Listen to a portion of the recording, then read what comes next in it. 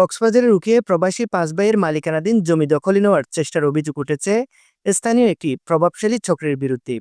আইন আদালত এমনকি পুলিশ প্রশাসনকেও তোয়াক্কা না করে চক্রটি জোরপূর্বক জমির উপর স্থাপনা নির্মাণ করে যাচ্ছে বলে অভিযোগ করেন ভুক্তভোগীরা।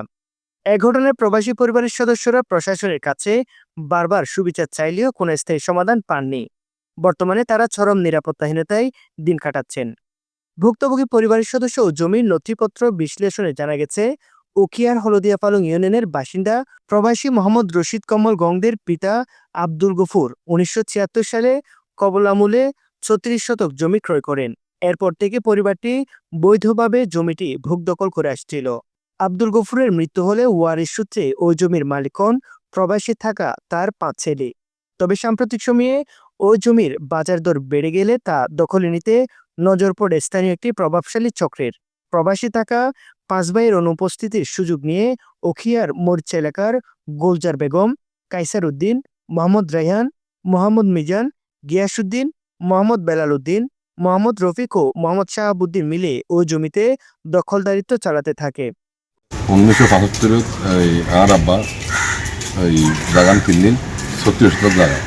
তো এই এসময় জায়গার অবাসিল এখন রাস্তাঘাট হইয়ে তো এখন এলাকার নতুন ভূমিদস্যু যারা মূল্যবৃদ্ধির হারণে এটার পূর্ব জায়গা ফেলাই এখন আর জায়গার উপরেই বর্তমানে দখল হয়ে গিয়া করে তাহলে আর ৫ ভাই বিদেশে আমরা প্রবাসী ৫ ভাই তার এখনো সাইবার মতো অনেকের নাই, তখন তার আরও বাড়ির দূরে তারা বাড়ির ফাঁসে এটার আয়ের আরও জায়গার উপরে আর জবরদস্তি করি এই আদালতের অমান্য করি, আদালতের নিষেধাজ্ঞা অমান্য করি, পুলিশ আইলে দাগ হয়ে আবার আইয়ে এরিমা করি যোগান দখল করে।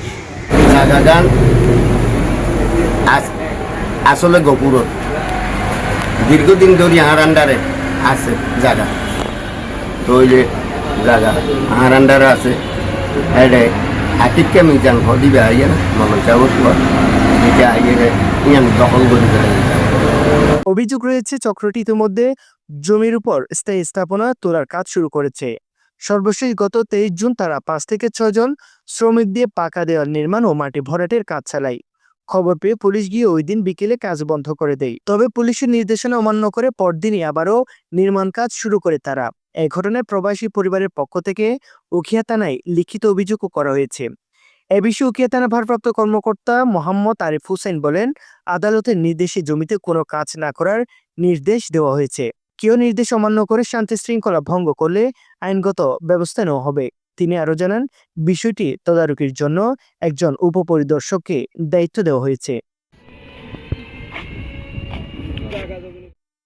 News desk, Gramkhabar 24।